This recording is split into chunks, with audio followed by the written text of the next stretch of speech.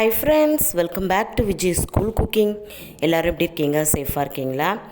இன்றைக்கி நம்ம சேனலில் தக்காளி தேங்காய் இல்லாமல் ஒரு சூப்பரான கார சட்னி ரொம்ப ஈஸியாக ப்ரிப்பேர் பண்ணிடலாம்.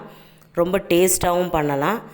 ஓகே ஃப்ரெண்ட்ஸ், இப்போ தக்காளி விலை அதிகமாக இருக்கிறதுனால தக்காளி சேர்க்காமல் தக்காளியும் தேங்காயும் சேர்க்காமல் ஒரு சூப்பரான கார சட்னி எப்படி செய்யலான்னு பார்க்கலாம். இந்த வீடியோக்குள்ளே போகிறதுக்கு முன்னாடி நம்ம சேனல் இப்போ தான் நீங்கள் புதுசாக பார்க்குறீங்கன்னா வீடியோவை ஸ்கிப் பண்ணால் முழுவதுமாக பார்த்துட்டு சப்ஸ்கிரைப் பண்ணிக்கோங்க. இப்போ வாங்க வீடியோக்குள்ளே போகலாம். ஸ்டவ் ஆன் பண்ணிக்கோங்க. ஒரு கடாய் வச்சுடுங்க. அதில் 2 டேபிள் ஸ்பூன் அளவுக்கு ஆயில் விட்டுக்கலாம். ஆயில் நல்லா ஹீட் ஆகட்டும். ஆயில் நல்லா ஹீட் ஆனதும் 1 ஸ்பூன் அளவுக்கு கடலைப்பருப்பு, 1.5 ஸ்பூன் அளவுக்கு உளுத்தம்பருப்பு இந்த ஸ்பூனால் நான் எடுத்திருக்கேன். இந்த ஸ்பூனால் 1 ஸ்பூன் கடலைப்பருப்பு, 1.5 ஸ்பூன் அளவுக்கு உளுத்தம்பருப்பு சேர்த்துட்டு நல்லா வறுத்து விட்டுருங்க. மீடியமில் அப்படி இல்லைனா லோ ஃப்ளேமில் வச்சுட்டு ஃப்ரை பண்ணுங்கள். அடுத்ததாக பார்த்திங்கன்னா காரத்துக்கு 6 காஞ்ச மிளகாய் எடுத்திருக்கேன். நீங்கள் காரத்துக்கு தகுந்தாப்பில் மிளகாவை கூட்டவோ குறைக்கவோ செஞ்சுக்கோங்க. அடுத்ததாக பூண்டு நல்லா தோலை உரிச்சிட்டு ஒரு கைப்பிடி அளவுக்கு எடுத்துக்கோங்க. இதில் நாம் வெங்காயம் பூண்டு வச்சு தான் இந்த சட்னி செய்ய போகிறோம். அதனால் பூண்டு ஒரு கைப்பிடி அளவுக்கு உரிச்சிட்டு ஒரு கைப்பிடி அளவுக்கு எடுத்துக்கோங்க. இப்போ இது எல்லாத்தையும் ஒரு தடவை நல்லா கலந்து கொடுத்துருங்க. இப்போ நல்லா கலந்தாச்சு. ஓரளவுக்கு அந்த பருப்புலாம் வெந்திருக்கு, நல்லா எண்ணெயில் பொரிஞ்சிருக்கு. அடுத்ததாக 3 பெரிய வெங்காயம் இதை மாதிரி நீல வாக்கில் கட் பண்ணிவிட்டு சேர்த்துக்கோங்க. கூடவே சின்னதாக ஒரு சின்ன நெல்லிக்காய் சைஸ் புளி சேர்த்துக்கோங்க. தக்காளிக்கு பதில் நாம் புளி தான் சேர்த்துக்க போகிறோம். அதே போல் தேங்காவுக்கு பதில் கடலைப்பருப்பு உளுத்தம்பருப்பு சேர்த்துருக்கோம். இப்போ புளியும் நீங்கள் வெங்காயத்தோடையே சேர்த்து நல்லா வதக்கிக்கோங்க. ஃப்ரெஷ்ஷாக ஒரு கொத்து கருவேப்பிலை சேர்த்துக்கோங்க. கொத்தமல்லி இருந்தாலும் கூட சேர்த்துக்கோங்க, ரொம்ப டேஸ்ட்டாக இருக்கும். இப்போ இது எல்லாத்தையுமே நல்லா மீடியம் ஃப்ளேமில் வச்சுட்டு நல்லா வதக்கி விட்டுருங்க. வெங்காயம் ரொம்ப வதங்கணும்னு அவசியம் கிடையாது. இப்போ இந்த சட்னிக்கு தேவையான அளவு கல்லுப்பு சேர்த்துக்கிறேன்.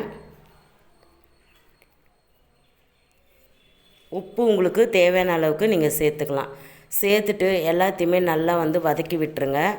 வெங்காயம் ஓரளவுக்கு அந்த கண்ணாடி பதம்னு சொல்லுவாங்க, அந்த அளவுக்கு வந்ததுமே நீங்கள் ஸ்டவ் ஆஃப் பண்ணிவிட்டு நல்லா ஆற வைக்கலாம். இப்போ பார்த்தீங்கன்னா நல்லா ஓரளவுக்கு வெந்திருக்கு, வெங்காயம் வதங்கியிருக்கு. இப்போது இந்த அளவுக்கு நல்லா வதங்கினதும் நீங்கள் ஸ்டவ் ஆஃப் பண்ணிவிட்டு நல்லா ஆற வச்சுடுங்க.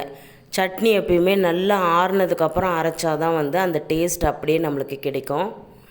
சூடாக அரைச்சிங்கன்னா நம்ம மிக்ஸியும் கெட்டு போயிடும், சட்னியோட ஃப்ளேவர் அந்த டேஸ்ட்டும் கெட்டு போயிடும். அதனால் ஒரு 10 நிமிஷமாவது நல்லா ஆற வச்சுட்டு அதுக்கப்புறம் நீங்கள் மிக்ஸி ஜாரில் சேர்த்துக்கலாம். இது மாதிரி மிக்ஸி ஜாரில் சேர்த்துட்டு முதல்ல கொரப்பாக அரைச்சி எடுத்துக்கோங்க. ஃபஸ்ட்டு தண்ணி ஊற்றி அரைக்கக்கூடாது. இது மாதிரி கொரப்பாக முதல்ல அரைச்சிட்டு அதுக்கப்புறம் உங்களுக்கு தேவையான அளவு தண்ணி விட்டு நீங்கள் அரைச்சி எடுத்துக்கலாம்.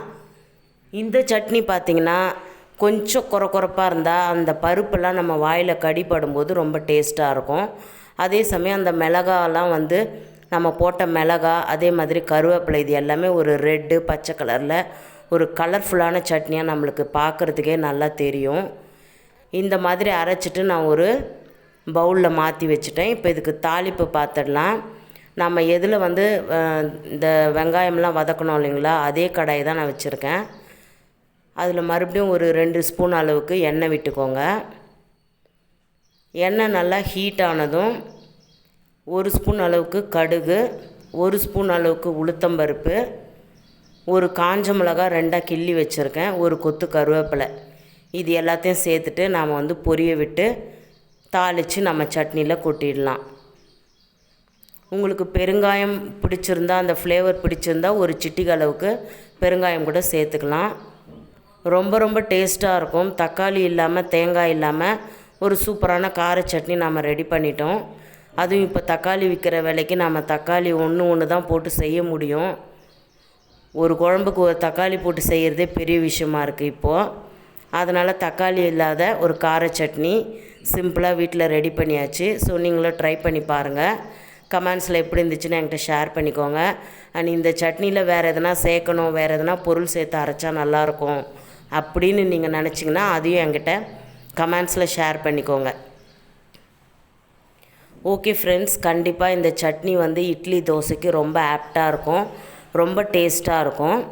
இதில் நம்ம பூண்டு சேர்த்துருக்கிறதுனால ஒரு நல்ல ஃப்ளேவரும் கொடுக்கும். கண்டிப்பாக மறக்காமல் மிஸ் பண்ணாமல் இந்த சட்னி உங்கள் வீட்டில் ட்ரை பண்ணி பாருங்கள். ட்ரை பண்ணிவிட்டு கமெண்ட்ஸில் எப்படி இருந்துச்சுன்னு என்கிட்ட ஷேர் பண்ணிக்கோங்க. நம்ம சேனலில் நிறைய சட்னி ரெசிபீஸ் ப்ளேலிஸ்ட் இருக்குது, ப்ளேலிஸ்ட்டில் வீடியோ இருக்குது, செக் பண்ணிக்கோங்க. நான் எண்ட்லேயும் தரேன், நீங்கள் செக் பண்ணிக்கோங்க. இப்போ நான் இதை வந்து சூடாக தோசையில் சர்வ் பண்ணி தான் சாப்பிட்டோம். ரொம்பவே டேஸ்ட்டாக இருந்துச்சு. இட்லிக்கும் ரொம்ப டேஸ்ட்டாக இருக்கும். கண்டிப்பாக வீட்டில் ட்ரை பண்ணுங்கள். இந்த வீடியோ பிடிச்சிருந்தா இதுக்கு ஒரு லைக் பண்ணுங்கள். உங்கள் ஃப்ரெண்ட்ஸ் ரிலேட்டிவ்ஸ்க்கு இந்த வீடியோவை ஷேர் பண்ணி விடுங்க. அண்ட் மறக்காமல் நம்ம சேனலை சப்ஸ்கிரைப் பண்ணிக்கோங்க. கூடவே இருக்கிற பெல் ஐக்கானும் ஆலில் செட் பண்ணிக்கோங்க. அப்போ தான் நான் போடுற இன்ட்ரெஸ்டிங்கான வீடியோ உங்களுக்கு உடனுக்குடன் நோட்டிஃபிகேஷனாக வரும். நீங்கள் பார்த்து என்ஜாய் பண்ணலாம். நெக்ஸ்ட் ஒரு இன்ட்ரெஸ்டிங்கான வீடியோவில் சந்திக்கிறேன். Until then, it's bye from Viji. Thanks for watching.